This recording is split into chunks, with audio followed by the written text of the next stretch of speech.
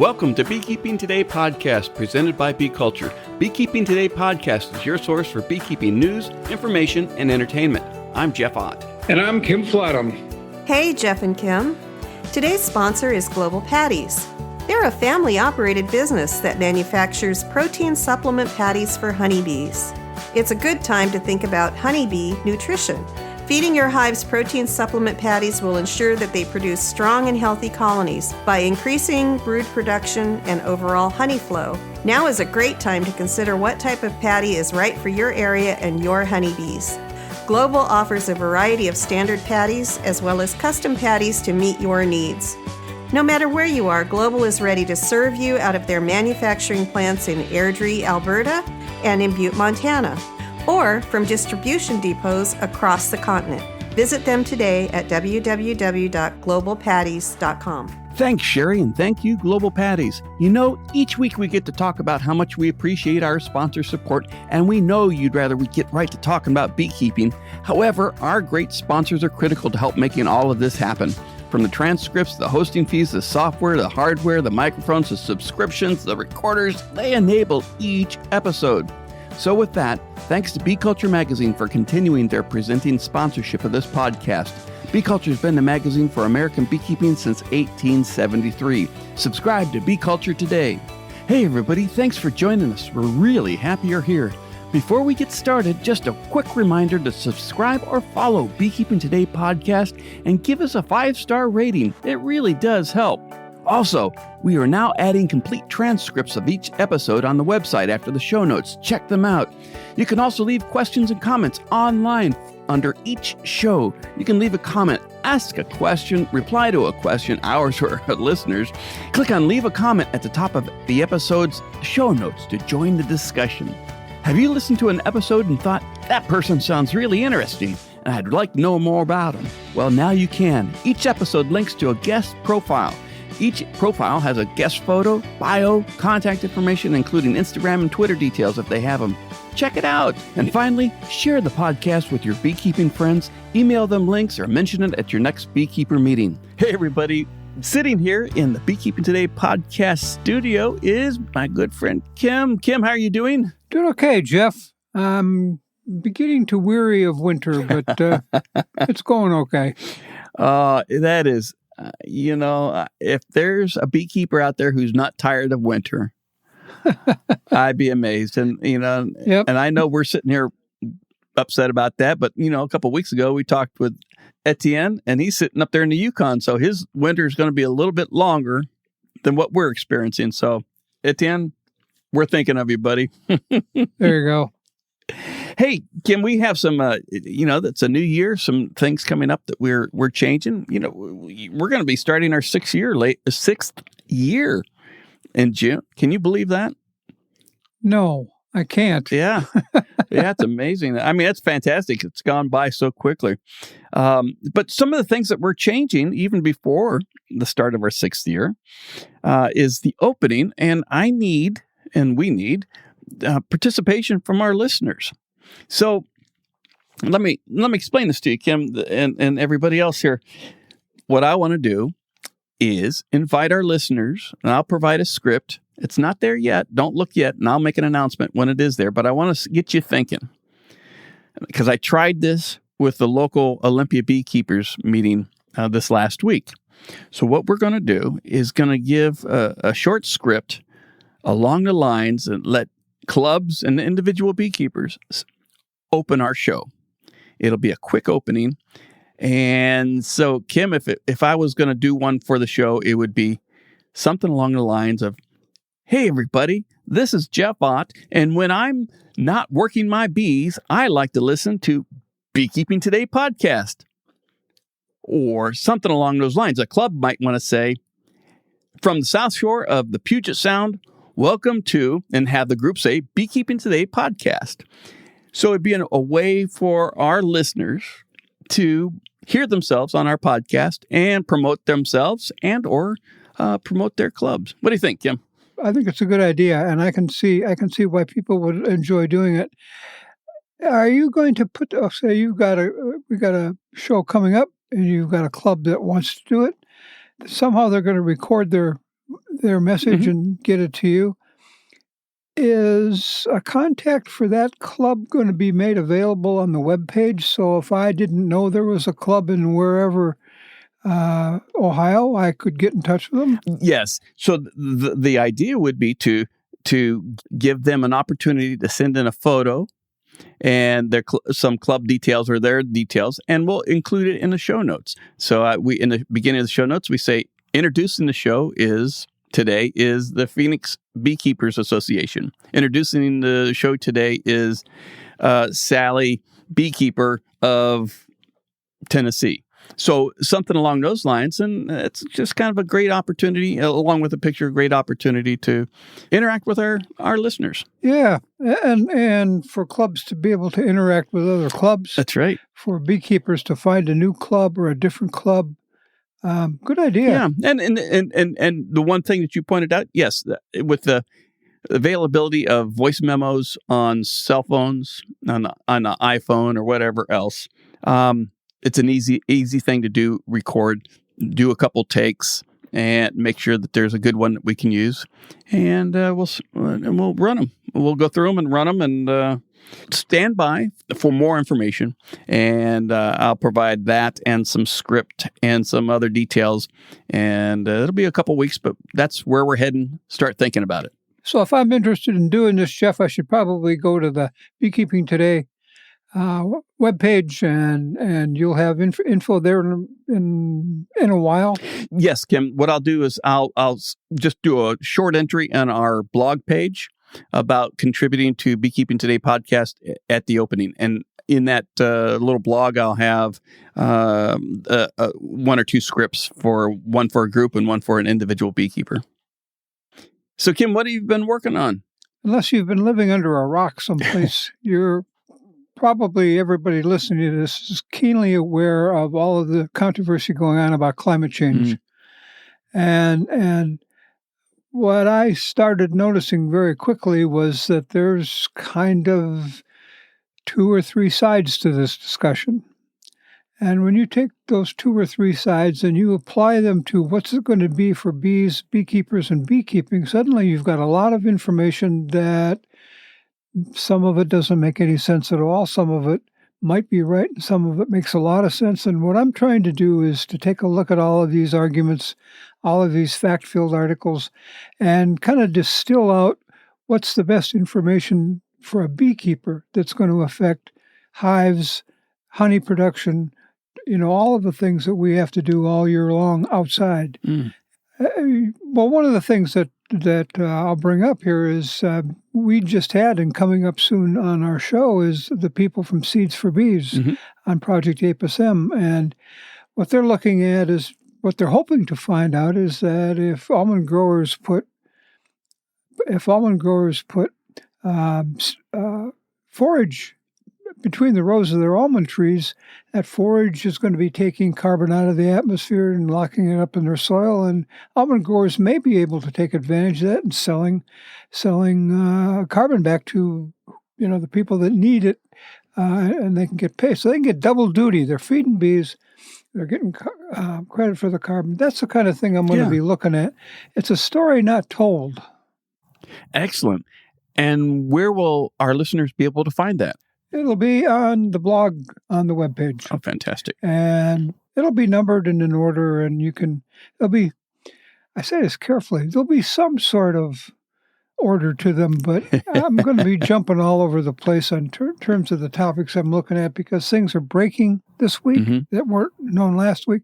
And I found things that were viable 6 months ago that we didn't notice before now. So, well, that'll be really good. And I look forward to reading those. All right. Well, coming up on today's show, we have Dr. Kirsten Traynor back with us.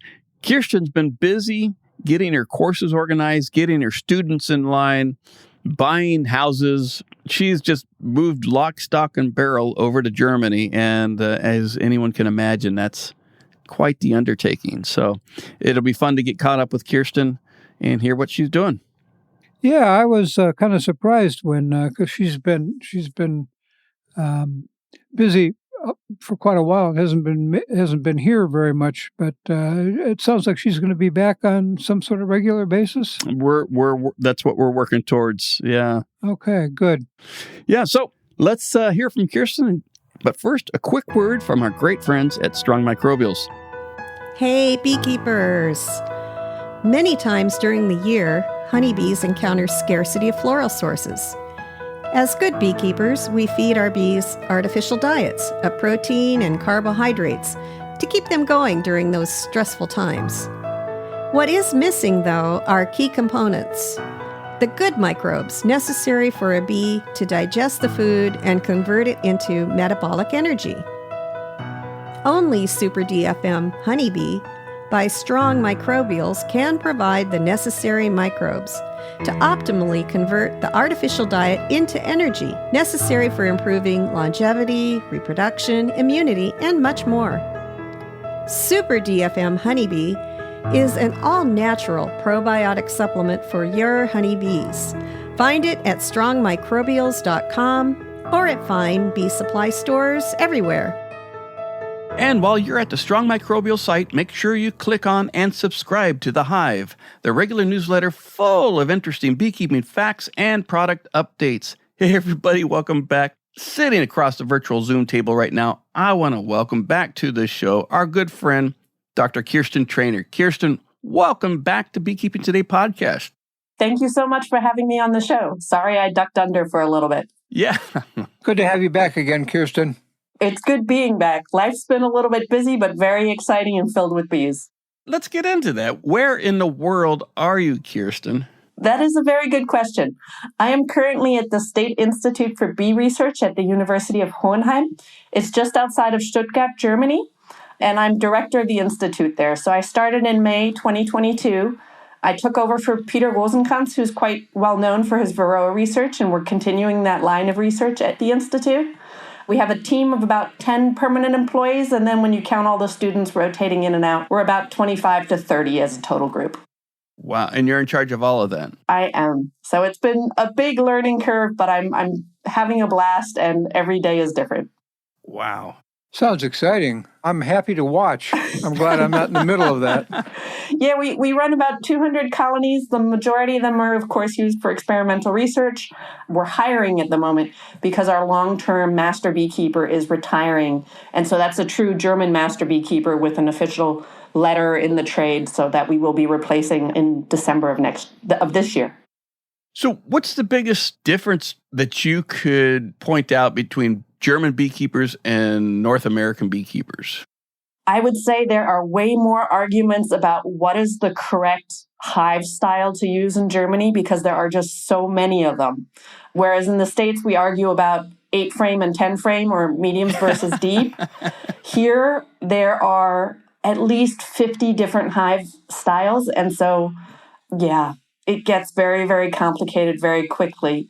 And they also, a lot of them use jumbo daedans that don't exist in the U.S. at all anymore as a giant brood box in the bottom and then smaller supers up above. So there are some very interesting discussions about whether a brood nest should split across 2 boxes or only be in one. And you can have very, very long conversations about the perfect frame size. So are they making all that equipment themselves, or are the bee supply houses having to stock 50 different types of equipment? There's about 4 that are more popular, I would say, than others, and most bee suppliers stock all of those frame sizes and then the appropriate hive bodies to go with it. Then there's also the debate between this really thick styropor, which is like a heavy-duty styrofoam, versus wood. The northern part of Germany tends to use more of the styropor. The southern part of Germany tends to use more wood. It's fascinating. For bee techies who love gadgets and gizmos, Germany is the country. They have fabulous things for lifting your supers up with an automated machine so you don't have to lift anything yourself. Most of the hive bodies have a lip so you can tilt them. You can tilt all your honey supers in a stack. Yeah, just a whole lot of differences. I'm happy to watch. I'm glad I'm not involved. Yeah, so I recently learned that you can buy Langstroth. And so I'm planning on getting some private colonies again for for myself this spring. I want to, not a whole lot, but I'd like to have 3 to 5 again on my own to tinker with. And the debate is, do I go with what we have at the university, which is Zander in wood boxes, or do I distinguish myself and go with the Langstroth all mediums that I love and know and be the odd man out in this part of the world? What about long hives? Any presence there? They are starting to become more popular. They call them Trugbeuten, which is sort of like, doesn't mean coffin hive, but it's like giant chest hive. And they are becoming more popular because beekeepers with back problems can, of course, use them. And most of them, they have divided up. So you can either have 3 colonies in them, 2 colonies, or 1, depending on the time of year. Well, let's see how complicated we can make it, should we? Yeah, so they use dividers and they have multiple entrances. And the kinds of bees that you have.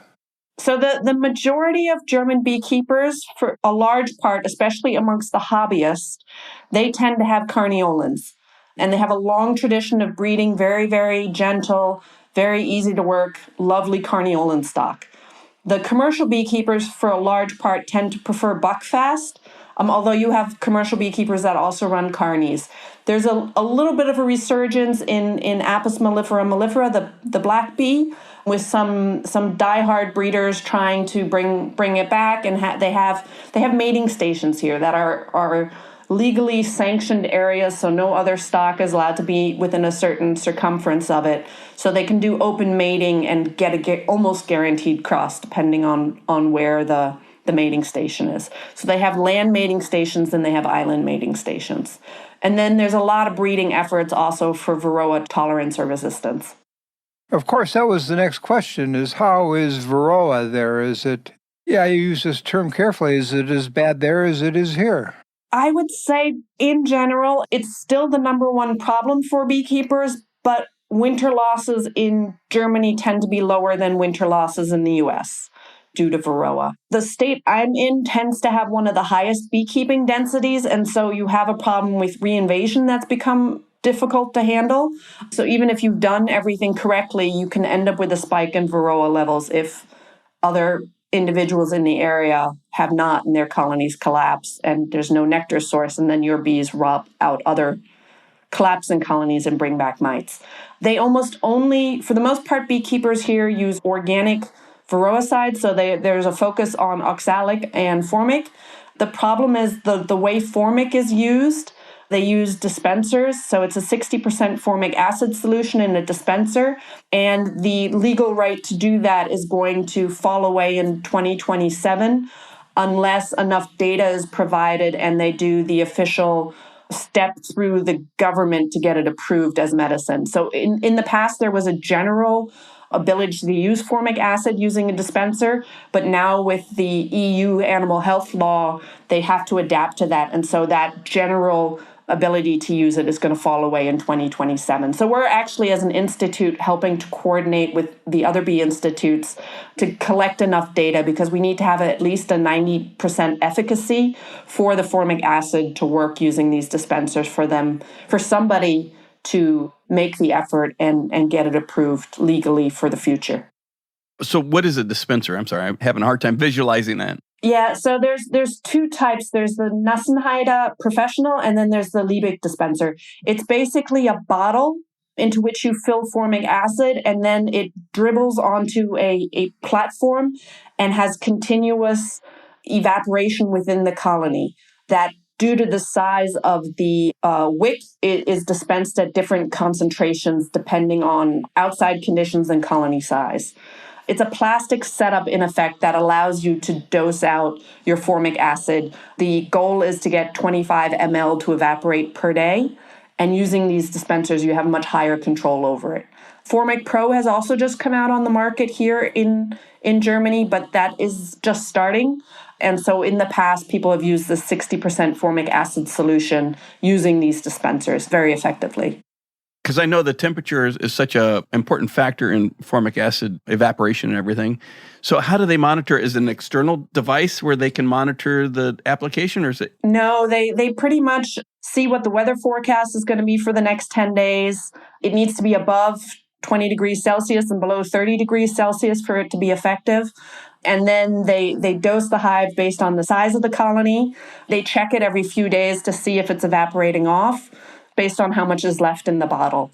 You usually do a diagnosis using your mite tray after treatment to make sure that the treatment has worked. So you know your mite levels before, you do the treatment, you see how many mites fall, and then ideally you would do another diagnosis using these push-in trays so that you know if you've substantially reduced your Varroa mite population.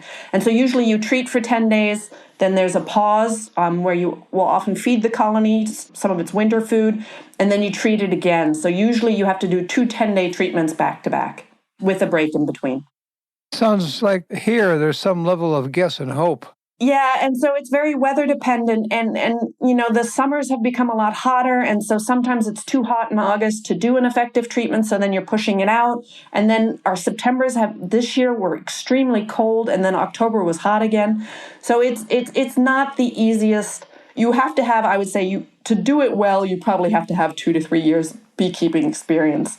Otherwise, you're sort of going by what everybody else is doing and you're hoping for the best. If it's too hot, you can burn a lot of brood and lose a lot of bee mass in your colony. So you do have to be careful due to the weather conditions. The other thing that's becoming popular is caging queens for 3 weeks so that the whole colony is broodless, and then spraying the whole colony with oxalic acid. And doing that in the fall or late summer? Late summer. After their summer honey harvest in August, they'll cage the queen, and then late August, they'll tend to treat when the colony's broodless. And then, of course, Peter Rosenkranz and his PhD student, Carol Rein, they've been working with lithium chloride as a Varroa as well. And that research is continuing at our institute. It's not yet approved, so those are preliminary work, but it's highly effective in a broodless state when fed to a colony in eliminating Varroa mites. Lithium chloride, it sounds familiar, but... It's a salt. Lithium is also used in medicine for treating schizophrenia. Interesting. So let's take this opportunity for a quick break, and we'll be right back. Hi, we're starting the winter holiday celebrations. Nothing is better for a stocking stuffer, hostess gift, or party favor than honey, homemade hand cream, candles, or lip balm. If you want to learn how to craft these or other products of the hive, such as beeswax, you can visit betterbee.com for tips, tricks, and products made by love, by you and your honeybees.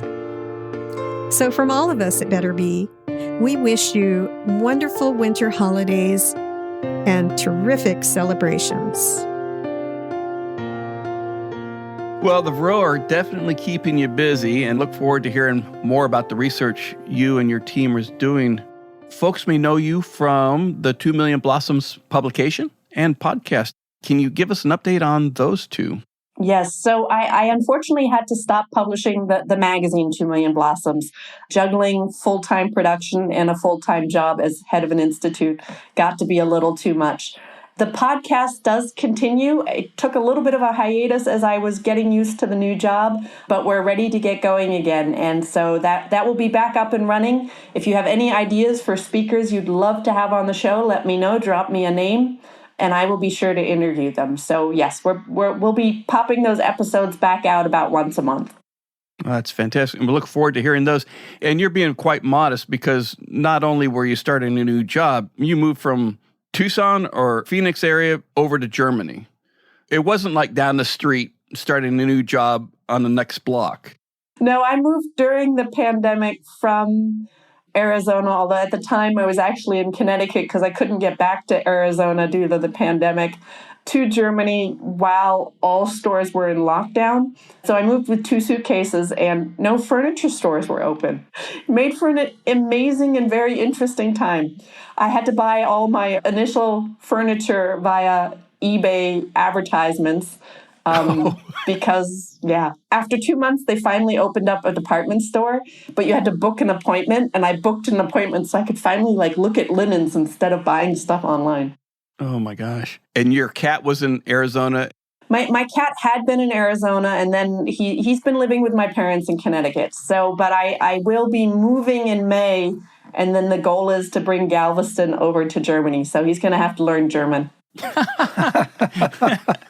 Well, we'll look for an update on how to teach a cat German, because I've never heard anybody teaching a cat anything. So this ought to be interesting. Oh, my cat is smart. He can do sit, he can do tunnel, and he can do penguin. So I have him well trained. I'm pretty sure he'll do all right in Germany. This is a beekeeping podcast, but how does a cat do penguin? Penguin is just him standing up on his hind legs and hands up in the air, begging for a treat. But it's quite adorable. All right. So the podcast will be available coming up soon. And what about past issues of the publication of your magazine? So Better Bee has kindly given a home to all the past issues. If you're in touch with them, you should be able to get the back issues of 2 Million Blossoms. So we published 8 issues altogether, and there are still back issues available of all 8 issues. Very good. And I have them all sitting on my coffee table, so they're very great publications. Sorry to see it's no longer in print, but it's a great publication. Yeah, they're kind of timeless. So even though they have a date on them, I think you'll enjoy them 5 years down the road. The artwork is wonderful.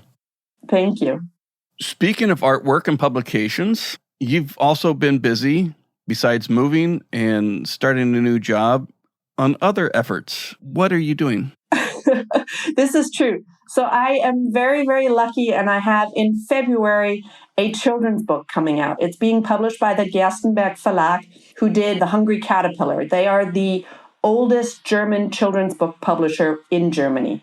And they read an interview in a newspaper when I first started working in Germany. The writer had mentioned that I'd written a children's book, which I had entitled Leaving Home. And so that's why he put it in the article. And they contacted me and asked to read the manuscript. I sent it to them in English. They loved it. They loved the illustrations that are done by Karim Nahabu, who's an amazing entomological illustrator living in London. And they bought the rights. So then I had to translate it. And so now my manuscript, Leaving Home, in German it's called The Big Swarm, Der große Schwarm, is going to be out in stores as of February.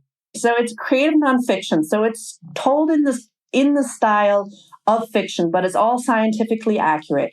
And the main character is Henrietta. She's about to head out for the first time from the hive to go out foraging on flowers. But the whole colony atmosphere has changed, and everybody's super excited. And she gets pushed out of the hive in this swarm.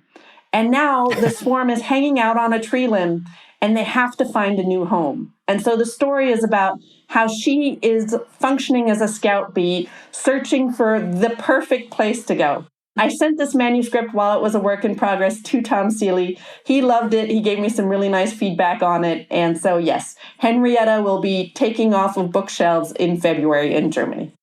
You know, it sounds spookily parallel to someone who moved from Arizona to Germany. Did they happen at the same time? Little, Jeff. Yeah, it's a good point there. But Tom Seeley is high praise, certainly. So yeah, and I've been getting really positive feedback on the illustrations too. So as a child, I always loved the Brother Grimm fairy tales, and they were illustrated with these lithographic block prints, and I wanted a similar style. So they're done. I asked Karim to sort of recreate these magical children's book style of drawings. And so they're mainly black with a little bit of touches of color, but kept very simple in their color spectrum so that the child's imagination can run wild. It sounds like a wonderful book. I look forward to seeing it. I'll have to submit it to Google Translate or something, or look forward to an English translation. That may be in the works. I'll have to see if I can find a publisher who wants to take it on. As I said, the manuscript is available in English, and I had originally translated it into Germany. So hopefully it will at some point also appear in English.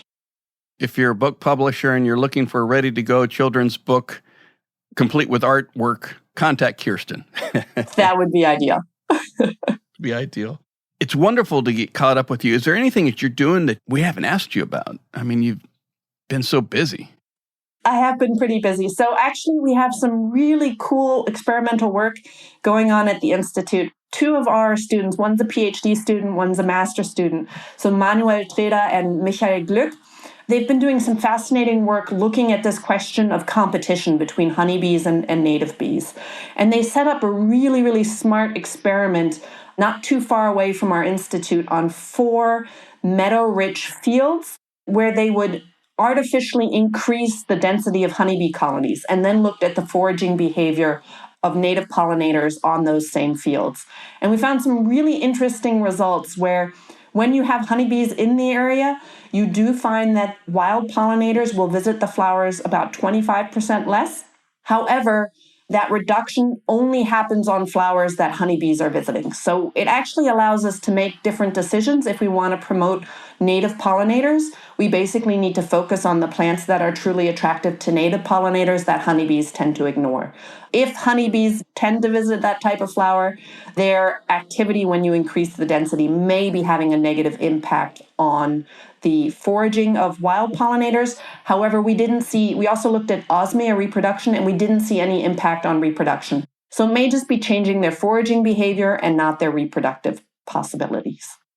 Listen to what you just said. Monumental common sense. But it's nice to have proof of that if you're working in an area where people are, in some cases here, it gets dangerously nasty when people are arguing about native bees and honeybees brought in. And if beekeepers have more information than they have now about how the interactions work, that would be good. So I'm interested in seeing how this turns out. Yeah, we're looking forward to publishing it. It's still preliminary. I mean, the work has been done, and we hope to be bringing it out. I mean, they looked at thousands and thousands of flowers. So the amount of data they collected is just mind-blowing. Well, that'll be good to have for the folks that are trying to increase pollinators in general, but specifically native pollinators. As Kim was saying, it becomes a heated conversation between beekeepers. Well, it's much more heated in the States because honeybees aren't native to the U.S. At least in Europe, they're native to Europe. And so they've always been in the landscape. But obviously the issue, for the most part, is we just don't have enough flowers. So the real argument is that we need more food for everyone. But if we're trying to support specific pollinators, we need to look specifically at what we're planting. That's a good point to bring it back home to. It's not a matter of native versus non-native. It's a matter of habitat and increasing habitat. And that's the message it really needs to get out. It is disturbing how much open habitat we pave over and plow under on a regular basis in the U.S. So we are losing an incredible amount of open landscape. And then changes in the Conservation Reserve Program are also leading to, and then spiking wheat and corn prices are leading to changes in how farmers work their field. And all of that, of course, has an impact on available food for the pollinators that feed us. And then throw in a little bit of climate change just to keep it interesting. Oh, of course. Well, Kirsten, it's been wonderful getting caught up with everything you're involved in, everything you're doing, and having you back on the show. And look forward to hearing more updates from you, both on this podcast and also on the 2 Million Blossoms podcast. I look forward to it too, and stay tuned for some exciting 2 Million Blossom episodes. I'm part of a European-wide program, and so I will have to hit up some of my colleagues to learn more about beekeeping in Italy and Denmark and some of the other collaborating partners. It sounds busy. As usual, I only run at 120%. Yeah, well, it's fun to watch. I'm glad I don't have to keep up. Kirsten, it's been wonderful having you on the show. Look forward to the podcast. Look forward to the new book, and best of luck in your new job and continued research. Thank you so much. It's been a blast talking with you guys. Thank you. Bye-bye. Kirsten is definitely involved in a lot of great work, both personally and professionally. It's fun to get caught up. Yes, it was. I've missed the random chats that we had when she was less busy, let's put it. But it sounds like she's having a lot of fun. Yeah. The research that she's doing with her team on the Varroa research and also the native pollinators versus honeybees, that will be really good to have as a beekeeper. Like a lot of things, it just gives beekeepers, I don't want to say more ammunition, but that's what it is, more ammunition, and that there's less harm with having honeybees in an area than some people seem to think there is. Well, that about wraps it up for this episode. Before we go, I want to encourage our listeners to rate us 5 stars on Apple Podcasts, wherever you download and stream the show. Your vote helps other beekeepers find us quicker. Even better, write a review and let other beekeepers looking for a new podcast know what you like. You can get there directly from our website by clicking on reviews along the top of any web page. As always, we thank Bee Culture, the magazine for American beekeeping, for their continued support of Beekeeping Today podcast. We want to thank our regular episode sponsor, Global Patties. Check them out at globalpatties.com. Thanks to Strong Microbials for their support of this podcast. Check out their probiotic line at strongmicrobials.com. We want to thank Better Bee for their longtime support. Check out all their great beekeeping supplies at betterbee.com. Thanks to Northern Bee Books for their support of Bee Books Old New with Kim Flodham. Check out all of their books at northernbeebooks.co.uk. And finally, and most importantly, we want to thank you, the Beekeeping Today podcast listener, for joining us on the show. Feel free to leave us comments and questions at Leave a Comment section under each episode on the website. We'd love to hear from you. Thanks a lot, everybody.